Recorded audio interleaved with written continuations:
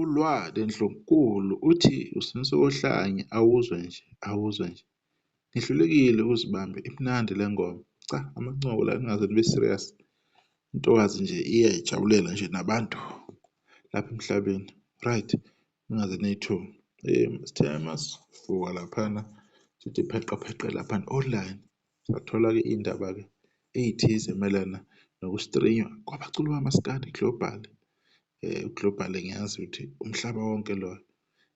Lapha phezulu number 1 Lido Mthandeni 94 million, uMzukulu 91.8 million, uMafikizolo 80.1 million, Khuba Khuzani 80 million, Limit Nala 77 million, Smirnoff 76.5 million, 7 Menzi Music 66.3 million, Mshini Wemali 50 million. Bayakhona nabanye abangavelanga la kule list.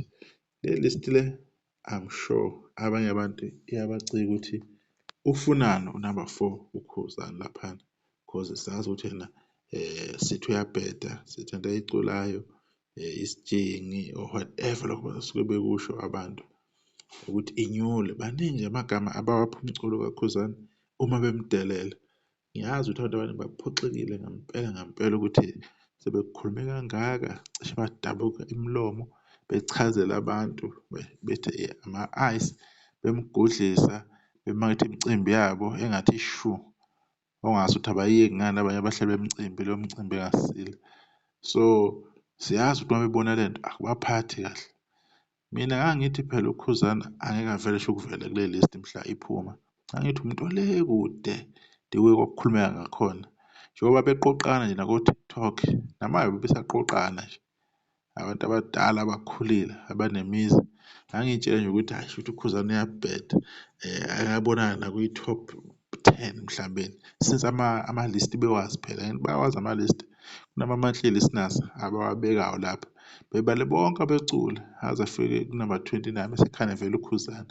Ayiphindaphinde lowo muntu leyo list leyo kuze ngiyanitshela. So yonke leyo nto leyo siyazi ukuthi kusuke kuzama ukugcwaneka ukuthi iqhawuleni libukeni. Phela siyabazi abanye abantu mhlawumbe labanama-page nabanama-channel ukuthi imfakakahlane bayayithola. Into leyo e-obvious ne-clear. Siyazi ukuthi mase kumele kukhiphe omunye umuntu, khona umuntu kuzomele adelelwe, kugudle imigoqo emidala esingayazivukaphi ekade kwasa izama impilo, kodwa iqhamuka isizozama ukuvuka ngoKhuzani. Nabazokhipha ama-albums owabona bazozama ukuvuka ngoKhuzani cause bayazi ukuthi inkomo enobisi uKhuzani. Uma ukhuluma ngaye kukhona okuzogaxela mhlawumbeni ebese umuntu eyanakeka. Kanti cha, akusenjalo. Lowo Khuzani loyo-ke umuntu-ke oyiphilela impilo yakhe, oyisebenzela indlela asebenza ngayo, aphushe ngendlela aphusha ngayo. Okuleyo top 4-ke leyo engicabanga ukuthi ekavele kuyo.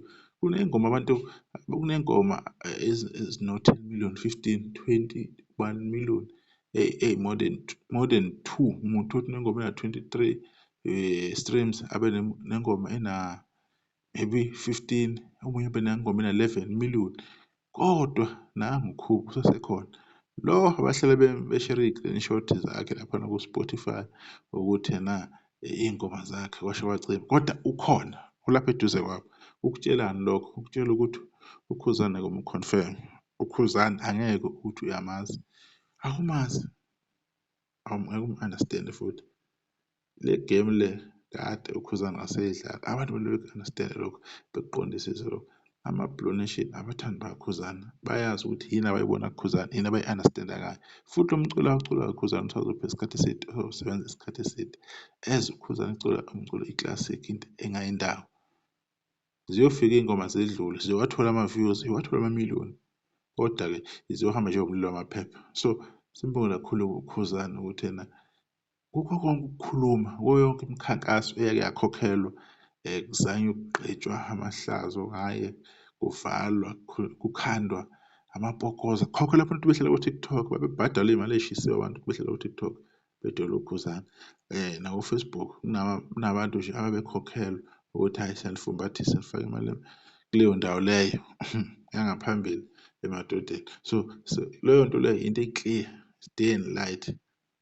akukwazi ukuthi umuntu memakethe umcimbi wakhe bese kudla bese ethi angisho lutho ngoba encenge ukuthi athande iqhawe elithize. Ayisebenzi loo nto leyo. Suke sikwazi ukuthi sizama uduma ngendlela e-cheap.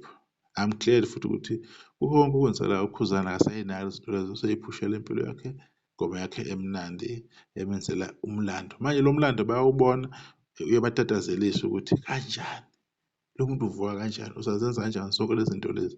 So leyo nto leyo into engathi isho engezokusebenza engezokumkhipha uKhuzani endleleni. Yingakho-ke ela kwi-top 4 kuyabantu abahamba phambili.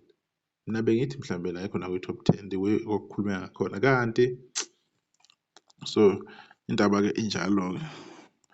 Abantu abaqhubeke-ke benze kahle kubona bonke abaculi-ke beba-stream njengoba beqhubeka be-stream. I-album kaMsukulu ishaye kwabona bafethu besidlulile ko-14-15 million streams. Iyo la mkhuphula uMsukulu ama-streams amangaka ku-Spotify amsebenzele. Hopeful noKhuzani album yakhe izomkhuphula imphushe aye phambili kakhulu. Lingehli izinga angalokhu ehle kangaka ama-streams obehla abantu bethula umfutho bakithi bemphusha alikapheli naneviki yokuthi kuphela inyanga bese kunjani abantu abamuphe lo thando lo bemkhombiseke nabanye bebakhombisa uthando ukuthi badlale umusic wabo. Sibonge ithuba top bani i-top 8 le yabantu abastrenywa kakhulu globally komaskandi iyodibana kuzayo.